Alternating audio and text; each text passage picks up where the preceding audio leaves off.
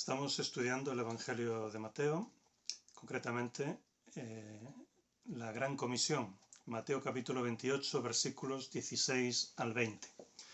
Ya vimos una introducción y hoy sería la Gran Comisión 2. En estos versículos se habla de una gran afirmación, se habla de una gran comisión y se habla de una gran consolación. Vamos a leerlos. Versículo 18 nos dice: Entonces Jesús se acercó y les habló diciendo, ahora viene la gran afirmación, toda potestad me fue dada en el cielo y en la tierra. A continuación la gran afirmación, id por tanto, haced discípulos a todos los gentiles, bautizándolos en el nombre del Padre y del Hijo y del Espíritu Santo, y enseñándoles a guardar todas las cosas que os mandé. Y finalmente, la gran consolación. Y he aquí, yo estoy con vosotros todos los días hasta el fin del siglo. Hoy nos toca hablar de la gran afirmación, que lo vamos a dividir en tres partes. ¿Quién envía? ¿Quiénes somos enviados? Y en tercer lugar, ¿cómo somos enviados? Hoy vamos a considerar solo la primera parte. ¿Quién es el que envía? Toda potestad me fue dada en el cielo y en la tierra. ¿Quién es el que envía? El que envía es Jesucristo. ¿Y quién es Jesucristo? ¿Cuáles son sus credenciales? ¿Qué derecho y autoridad tiene? ¿Cómo nos respalda? ¿Quién es Jesucristo? Vamos a dar 7 respuestas. Jesucristo es Dios hombre, Jesucristo es el Creador, Jesucristo es el Juez Supremo, Jesucristo es el Revelador, y respecto de la Iglesia, Jesucristo es el Salvador, el Señor de la Iglesia y la cabeza de la Iglesia. Quien determina quiénes somos y cómo somos enviados es esta pregunta: ¿quién es el Señor Jesucristo? ¿Quién es el que envía? En primer lugar, ¿quién envía? El que envía es el Dios hombre. El Dios hombre. Jesucristo. Y el nombre ya nos indica algo, porque el nombre es un nombre compuesto, que se compone de Jesús y de Cristo. Jesús se refiere a su naturaleza humana y Cristo se refiere a su naturaleza divina. Así que el nombre ya inmediatamente nos recuerda, alude a sus dos naturalezas, de manera muy gráfica. Jesucristo tenía dos naturalezas, la humana y la divina. Que era hombre, nadie lo duda. Nadie lo duda. Todo el mundo lo conocía. Era hijo de José y María. Había nacido en Belén, pero ahora vivía en Nazaret de Judea, hasta los 30 años. Era carpintero. Había aprendido su profesión, la profesión de su padre. Como hombre, sabéis que los seres humanos tenemos dos partes, una parte física y una parte espiritual. La parte física le llamamos cuerpo y a la parte espiritual le llamamos alma o espíritu. Así que como hombre tenía él un cuerpo también como el nuestro. Un cuerpo que nació, que creció, un cuerpo que tenía hambre y comía, que tenía sed y bebía, que tenía sueño y dormía, un cuerpo que caminaba, que trabajaba y se cansaba, un cuerpo que murió. Como ser humano él tenía cuerpo, como parte de su naturaleza humana. Y como parte de su alma, él tenía una mente. Podemos decir que el alma se compone de inteligencia, emociones y voluntad. Él tenía una mente, una inteligencia. Una mente que no sabía todo. El Señor Jesucristo como hombre no sabía todo. Una mente que aprendió a hablar, aprendió a andar. Una mente que crecía en sabiduría, como nos dice el Evangelio. Y como hombre también tenía emociones.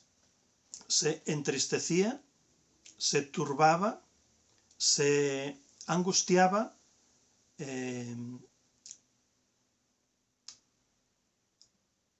lloraba, se enfadaba, se alegraba también. Tenía emociones.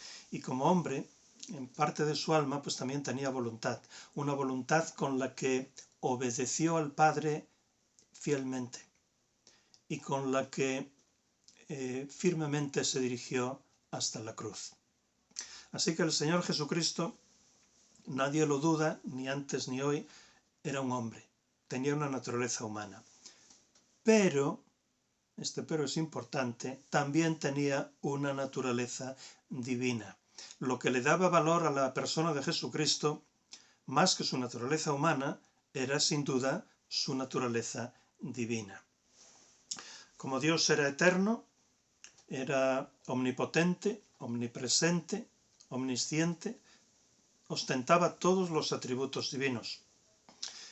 Y como Dios resucitaba a los muertos y daba vida, como Dios era adorado y recibía él la adoración. Así que en Jesucristo había dos naturalezas, la divina y la humana. De manera que podríamos resumir todo esto diciendo lo siguiente. Jesucristo es Dios completamente y es hombre completamente, unidos en una sola persona para siempre. Dicho de otro modo, en Jesucristo hay una naturaleza divina completa y una naturaleza humana completa también, unidos en una sola persona para siempre. Dicho aún de otro modo, en la encarnación, Jesucristo retuvo su deidad completa y obtuvo una humanidad completa y perfecta, unidas en una sola persona para siempre.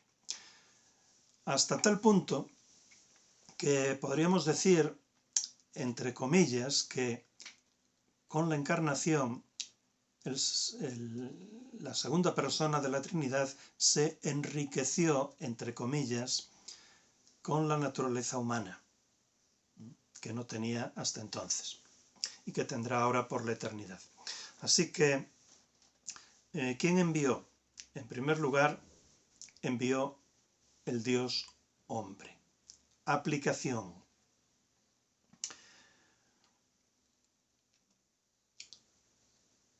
No nos envía alguien que pasaba por la calle. Nos envía ni siquiera un hombre. Nos envía el Dios Altísimo a proclamar el Evangelio por todo el mundo. En segundo lugar, ¿quién envía? Envía el Creador, el sustentador y el destinatario del universo. Dicen en Colosenses 1, versículos 15 al 18, por citar un pasaje nada más, Él es la imagen del Dios invisible, el primogénito de toda creación, porque en Él fueron creadas todas las cosas. En Él fueron creadas todas las cosas, en los cielos y en la tierra, visibles e invisibles, tronos o dominios, o principados o potestades, todas las cosas han sido creadas por Él. Dice en Génesis 1, primer versículo de la Biblia, que en el principio creó Dios los cielos y la tierra. Y todos pensamos en Dios el Padre. Pero el que creó los cielos y la tierra fue Dios el Hijo. Todas las cosas han sido creadas por Él. Y añade, y para Él. Es como cuando alguien encarga una casa. Hay un arquitecto que la diseña, hay un constructor que la construye, pero luego esa casa es entregada a su propietario, al destinatario de la casa. Y el destinatario de la creación es también el Señor Jesucristo, en quien toda la creación halla su sentido y bienestar. Así que todas las cosas fueron creadas por Él y además para Él. Y añade el versículo 17, y Él es antes de todas las cosas, y todas las cosas subsisten en Él. Y Él es la cabeza del cuerpo de la Iglesia. Todas las cosas también subsisten en Él. Una vez que una casa es construida, va a necesitar trabajo de mantenimiento. Y el Señor Jesucristo es el que mantiene, el que sustenta el universo entero. Así pues, Jesucristo es el arquitecto diseñador del universo, de la creación, fue su constructor, es hoy su sustentador y será el destinatario también del universo. Aplicación. ¿Quién envía?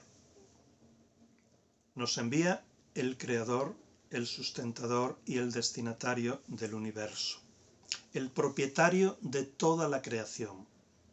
Por lo tanto, no tendrá derecho el propietario a enviar o no enviar o hacer lo que quiera.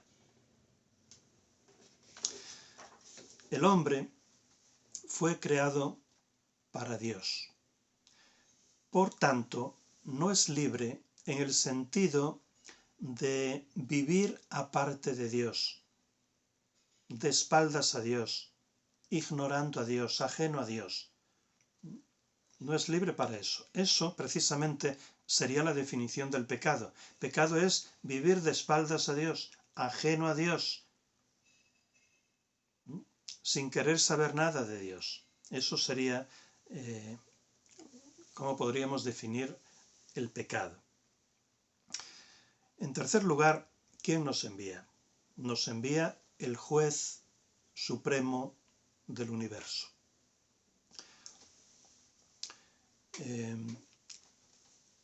Tiene que haber un juez porque el pecado, la maldad, la injusticia reclama un juicio. Porque la naturaleza de Dios es santa y justa y no puede pasar por alto ni el más mínimo pecado, ni la más mínima maldad, ni la más mínima injusticia. Al final, cada pecado será juzgado por el juez soberano del universo. Dice en Juan 5:22, porque ni aun el Padre juzga a nadie, sino que todo el juicio lo ha encomendado al Hijo. A veces nos imaginamos también al juez como el Padre, pero no es así. Quien va a juzgar a la humanidad será el Dios Hijo. Hay varios juicios que se citan en la Biblia. Vamos a mencionar para nuestro caso dos importantes.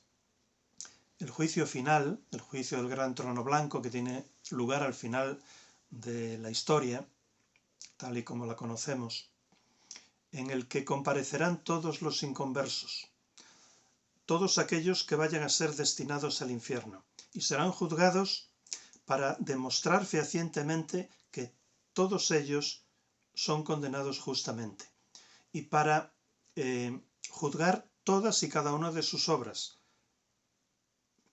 para determinar los grados de condenación de cada uno en el infierno eterno. Y el que vaya a recibir mayor condenación, ¿quién será? El que va a recibir mayor condenación sin duda será Satanás, que va a sufrir el infierno en su mayor grado. Otro de los juicios es el juicio de los creyentes. También vamos a ser juzgados en el tribunal de Cristo, el llamado tribunal de Cristo, por la Biblia, en el que vamos a ser juzgados no para determinar condenación o salvación, sino donde van a ser juzgadas nuestras obras para determinar el grado de recompensa. el tamaño de nuestra corona, de nuestros galardones. Aplicación. ¿Quién envía? Envía el juez soberano del universo, el que lo va a juzgar todo, el que nos va a juzgar también a nosotros, el que va a juzgar también, en el caso que estamos tratando, nuestro grado de contribución al cumplimiento de la gran comisión. En cuarto lugar, ¿quién envía? Envía el revelador de Dios, el gran revelador. ¿Se puede conocer a Dios? Podríamos contestar que no y que sí. No se puede conocer a Dios porque Dios es trascendente, está muy lejano a nosotros, es muy diferente a nosotros. De tal manera que lo finito no puede conocer a lo infinito. En ese sentido, podríamos contestar que no se puede conocer a Dios. Pero, al mismo tiempo que Dios es un Dios trascendente, también es un Dios inmanente. Y esto significa que es un Dios cercano, que es un Dios personal. No es Dios, acaso, omnipresente. No está en todos los lugares. Entonces, en ese sentido, es un Dios también cercano a nosotros. Las dos cosas son verdad, pero ninguna en sentido absoluto. Así que se puede decir que no se puede conocer a Dios en un sentido y sí se le puede conocer a Dios en otro. Y más nosotros que fuimos creados a su imagen y semejanza. Ahora, fuentes del conocimiento de Dios. Ya lo hemos mencionado en alguna ocasión. Básicamente podemos dividir las fuentes del conocimiento de Dios en la revelación natural o general, que es la revelación de la naturaleza, de la creación, que está al alcance de todos y por la que obtenemos un 1% de lo que se puede conocer de Dios. Y por otro lado está la revelación especial de Jesucristo y de la palabra de Dios, de la Biblia, por la que podemos conocer el 99% de lo que se puede conocer de Dios, de lo que Dios nos ha revelado. Por citar solo unos versículos, vamos al Evangelio de Juan.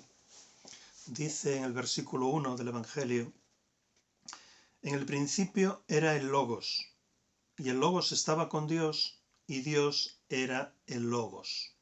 Logos es una palabra española, pero también es una palabra griega que se traduce por palabra. Logos significa palabra o verbo, como en la Reina Valera del 60. El verbo, en una oración que hace, expresa la acción del sujeto. Y el Logos, que es Jesucristo, lo que hace es expresar a Dios. El Logos es la palabra. ¿Qué hace nuestra palabra? Expresa lo que hay en el pensamiento. Si yo no hablo con la boca, no pronuncio palabras, vosotros no sabéis lo que estoy pensando. Y sabéis lo que estoy pensando porque lo expreso con la palabra. Pues Jesucristo es la palabra viva de Dios. En ese sentido es el gran revelador personal de Dios. Dice el versículo 14: y el Logos se hizo carne y tabernaculizó entre nosotros, es decir, puso su tienda entre nuestras tiendas y contemplamos su gloria. El Logos se hizo carne. ¿Hasta qué punto una hormiga puede conocer a un ser humano? Difícilmente, ¿verdad? Puede llegar a hacerse una idea de lo que es una persona humana. Pero si yo me transformo en hormiga y le hablo en el lenguaje de las hormigas y le explico cómo somos los seres humanos, podrán llegar a tener las hormigas un concepto mucho mayor de lo que es un ser humano. Pues así sucede con Dios. La segunda persona de la Trinidad, el Hijo, se encarnó en persona humana.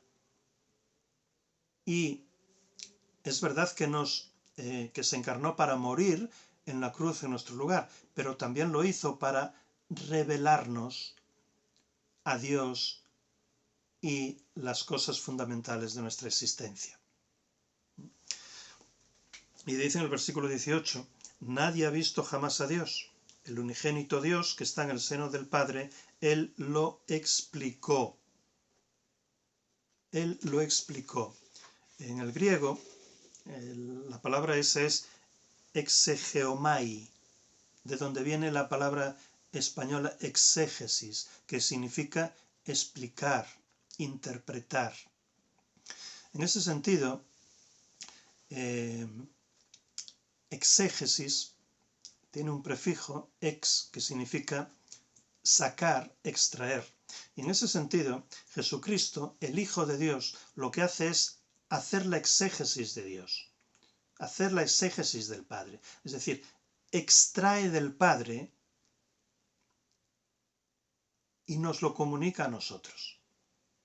Expresa al Padre. Por contra, la labor del Espíritu Santo es al revés. El Espíritu Santo lo que hace es la eisegesis, es decir, ahí está el prefijo eis, que significa meter, introducir, y el Espíritu Santo lo que hace es introducirnos en Dios, introducirnos en el Padre, en su familia, por adopción. Dice Hebreos 1, capítulo 1, los 2 primeros versículos, habiendo Dios hablado en el tiempo antiguo muchas veces y de muchas maneras a los padres por los profetas, en estos postreros días nos habló por medio del Hijo. Literalmente dice, nos habló en Hijo.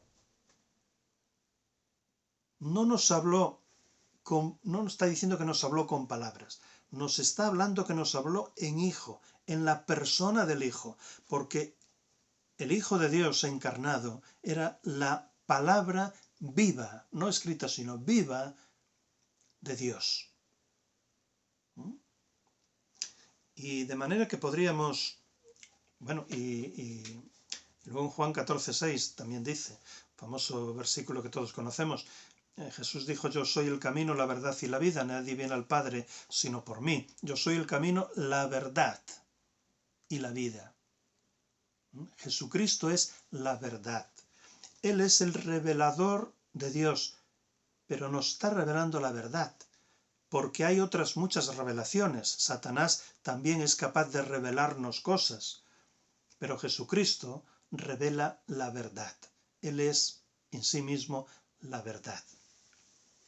De manera que podríamos resumir todo en una frase diciendo que el Padre se reveló en el Hijo, quien es su única, exhaustiva, inerrante y eterna palabra viva, el cual se refractó como en un arco iris en las múltiples palabras escritas que tenemos hoy en la Biblia. Repito, el Padre se reveló en el Hijo, su única, exhaustiva, inerrante y eterna palabra viva, el cual se refractó como un arco iris en las múltiples palabras que hoy tenemos en la Biblia. Aplicación, ¿quién envía? Envía a la segunda persona de la Trinidad, quien no solo se encarnó para morir, sino que se encarnó también para revelarnos en lenguaje humano las cosas de Dios y las cosas fundamentales de nuestro existir. En quinto lugar, ya en relación con la Iglesia, que la Iglesia es la enviada, ¿quién envía? En relación con la Iglesia, envía el Salvador de la Iglesia, el Señor de la Iglesia y la cabeza de la Iglesia. Así que, en quinto lugar, ¿quién envía? El Salvador de la Iglesia. Envía el que nos quitó el mayor de los males, la muerte eterna en el infierno, y nos otorgó el mayor de los bienes, la vida eterna con él en el cielo. Y además sin que a nosotros nos costara nada, solo la fe, mientras que a Él le costó todo. Aplicación. ¿Quién envía? ¿Quién te envía? Te envía el que te ha salvado a ti. ¿Tú crees que le debes algo a Él, algo más que darle las gracias? Si Él dio su rica vida por ti, ¿cómo no has tú de dar tu pobre vida por Él? Si Él te ha salvado a ti, ¿cómo no has tú de obedecerle contribuyendo a la gran comisión para que otros tengan la misma oportunidad que tú has tenido de ser salvos? En sexto lugar, ¿quién envía? Envía el Señor de la Iglesia. El Señor de la Iglesia. Jesucristo es indivisible y la salvación es un paquete solo. O se acepta todo o no se recibe nada. O se acepta todo o no se recibe nada. Si Jesús es tu Salvador, será también tu Señor. Lo mismo que si tienes una fe verdadera y genuina, realizarás obras como evidencia de tu fe genuina.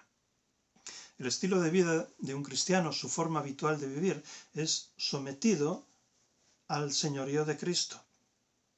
Es verdad que todos pecamos y caemos muchas veces, pero el creyente verdadero se levanta y continúa bajo el señorío de Cristo.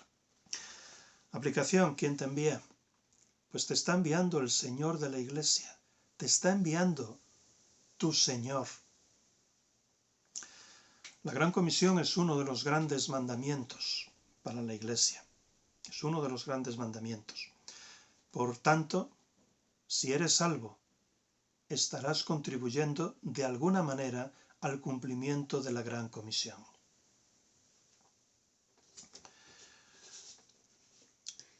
Y finalmente, Jesucristo es la cabeza de la Iglesia. ¿Quién está enviando? Envía el que es la cabeza de la Iglesia.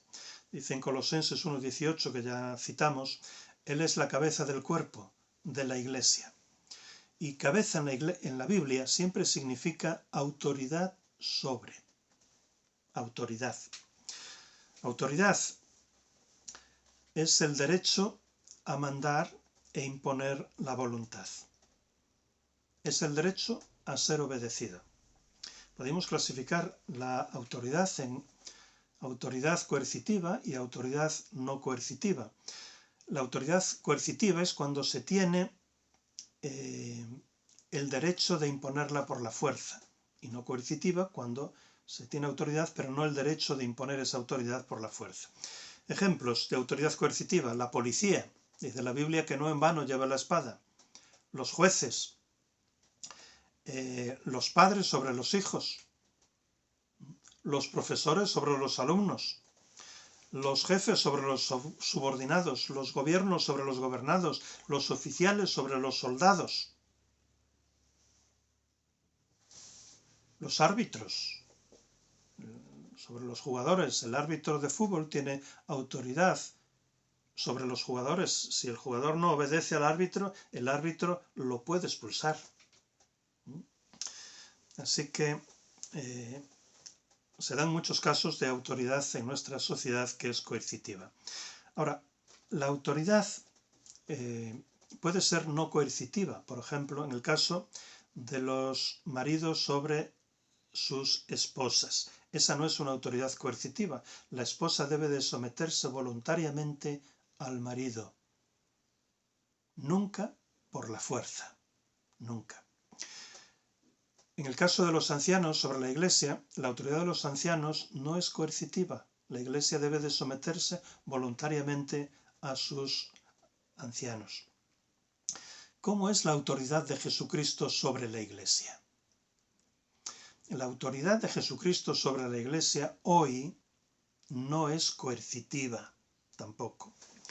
La Iglesia debe de someterse voluntariamente al señorío de Cristo. Dios respeta el principio de libertad, respeta el principio de responsabilidad, el principio de madurez, y Dios desea que los seres humanos nos sometamos voluntariamente a Él, que vayamos a Él por amor, voluntariamente. Pero en su segunda venida sí impondrá su autoridad coercitivamente. Con vara de hierro, dice la Escritura, sobre todo el mundo. Y dice, y toda rodilla se doblará y toda lengua confesará que Jesucristo es el Señor, como nos dice en Filipenses. Podríamos clasificar también los tipos de autoridad en autoridad legal, en autoridad moral y en autoridad divina. La autoridad legal es la que está respaldada por el Estado, por una ley, es la que se tiene en función del cargo. La autoridad moral es la que se tiene por ser competente, por ser honrado, sincero, comprometido, consecuente, por ser respetado y por tener influencia personal. La autoridad moral no se impone, sino que se reconoce. La autoridad legal, ya dijimos, emana del Estado. La autoridad moral emana de la persona y no es coercitiva.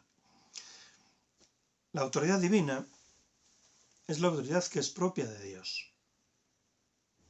Emana de Él y es perfecta. Jesucristo tiene autoridad legal, tiene autoridad moral y tiene la autoridad divina. Aplicación. ¿Quién te envía? ¿Quién te está enviando? Te envía aquel que es la cabeza del cuerpo, siendo nosotros los miembros. Y si la cabeza manda algo al cuerpo, ¿qué hace el cuerpo? ¿Qué tenemos que hacer? Obedecer. ¿Quién envía? Envía el que tiene toda la autoridad legal, la autoridad moral y la autoridad divina. Envía el que tiene toda la potestad en el cielo y en la tierra. Y si Él envía, ¿quién puede negarse? Dice el Señor, he aquí, toda potestad me es dada en el cielo y en la tierra. Toda potestad me es dada en el cielo y en la tierra. Esa es la base sobre la cual vamos a ser enviados. Id, por tanto, haced discípulos a todos los gentiles, porque toda potestad me es dada en el cielo y en la tierra. Y mientras vosotros vais, yo voy con vosotros, yo os acredito y yo os respaldo. Toda potestad me es dada en el cielo y en la tierra. Id, por tanto, haced discípulos a todos los gentiles. Amén. Buenas noches y hasta mañana.